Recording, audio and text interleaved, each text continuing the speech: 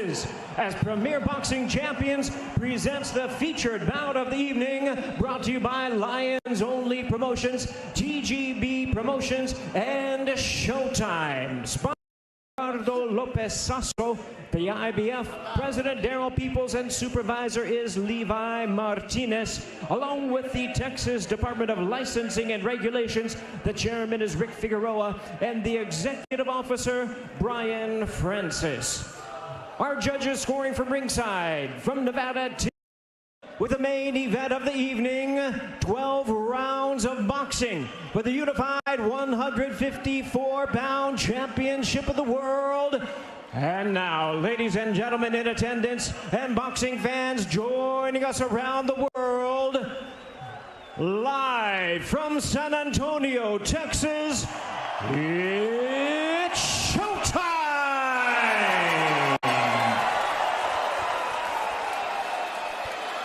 Introducing to you first, the WBO World Champion fighting out of the red corner. Wearing red trunks with black and gold trim. Hailing from and representing San Justo, Buenos Aires, Argentina.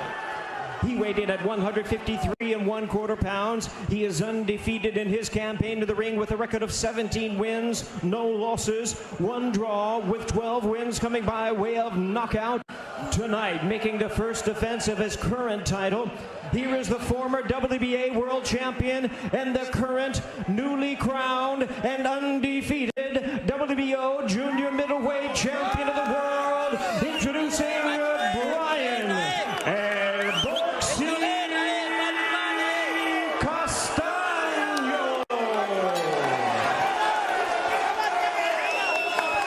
And across the ring, the unified world champion fighting out of the blue corner, entering the ring wearing tan trunks with black and red trim, representing the acclaimed boxing family from Houston, Texas.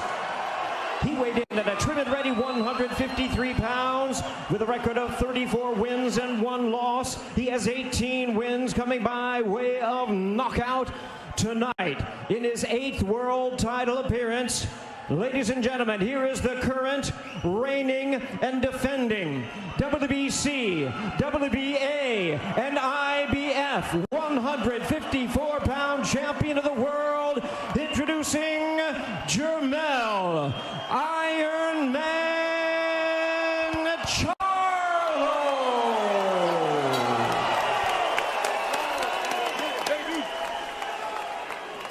Once again, a referee in charge now to give instructions, Hector Afu.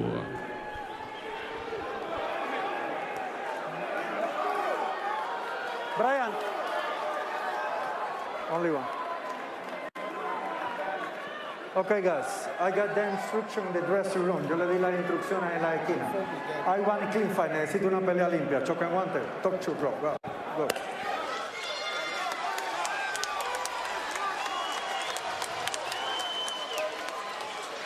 Referee Hector Afu, 18 years as a pro, officiating his 300th bout, none bigger than this historic encounter. Boxing history. We are on the cusp of a coronation at 154. Who will walk out of San Antonio undisputed champion? The bell in round 1, Charlo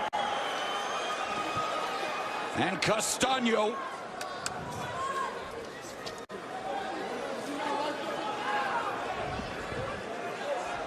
Yeah, if you're Jermell, you want to establish the jab right away.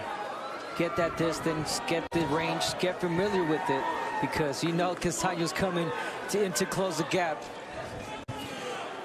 Castaño, while I mentioned he averaged 84 punches, sometimes he will take the first round to kind of figure out, how can I jab my way in? What can I do to get myself in without being in harm's way? So you may not see that many punches early. He has to rev his engine up to get there. Castaño dethroned Patrick Teixeira in dominant fashion for a 154-pound title in his last fight in February. He's a 2-time titleist at this weight class, just like Charlo, who unified the 3 titles against Jason Rosario. Charlo's trainer, Derek James, says that Rosario has more power, but that Castaño punches more. He tries to outwork you. Yeah, that may be the biggest understatement in history.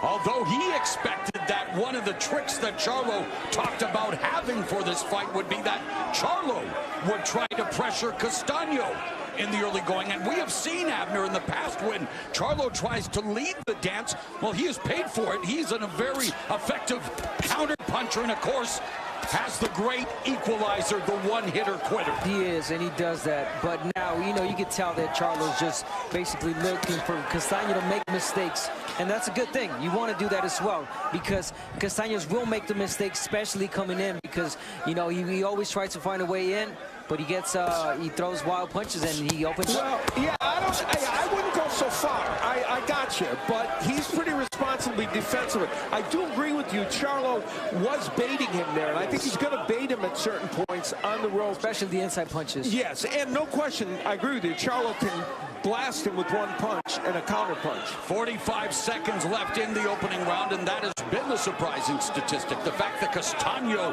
is such a buzzsaw, high-volume pressure fighter who is still surprisingly defensively responsible as he lands that lead right hand to the body of Charlo. And Charlo again collecting the data, wanting to utilize that jab.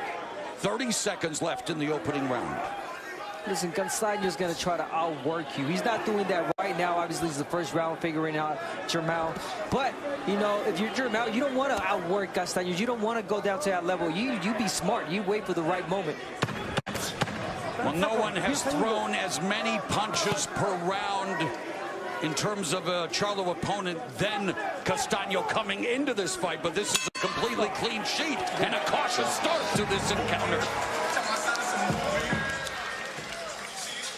Let's take a look at the keys to victory for these men. For Jermell Charlo, he wants to keep Castaño at bay, use his height and reach, and control the range. His uppercut is a lethal weapon, and the shorter Castaño could be there for that punch. Now, other than when he's collecting that data, he doesn't want to retreat to the ropes too well. Castaño's excellent attacking there. For Castaño to be effective, he's going to have to be somewhere near that average of 84 punches per round. He wants Charlo fighting off his back foot if he can make that the case. And sometimes he squares his body up while attacking. If he does that against Charlo, Charlo will do what Manny De Jesus did, and that is knock him down with the right hand. There's Jermell's older brother by a minute. Jermell, 160-pound belt holder, round 2 of this battle to determine the first undisputed 154-pound champion on the men's side in the 4-belt era. You know, Castaño, the only blemish on his record, that split draw with Erislandy Lara in 2019, an entertaining and competitive contest. Castaño forced Lara to throw a career-high 825 punches. Charlo's never thrown more than 680 in a fight, and that was nearly 9 years ago against Deshaun Johnson. Yeah, that is the question. Charlo 6-1 in championship matches, 5 KOs. He is much more of a power puncher now. Will he want to throw that kind of volume, or will he just pick the spots and look for the one punch that will turn things? Yeah, Charlo has emerged as the emperor of efficiency, a more cautious fighter, but boy, he is definitely explosive when it comes to the way he likes to end the fistic proceedings, Abner. Yeah, and here comes Castaño. That's what I was just about to say. Castaño has some... but Charlo countered him and clipped him in between these shots. And Charlo now unloading on Castaño. The crowd in San Antonio in fuego. Counter left hook, so Charlo immediately is able to counter with a power punch. And that is why Castaño wasn't going in there right away. He was trying to work his way inside. A dangerous counter puncher with the perfect balance of speed and power. That is Jermell Iron Man Charlo.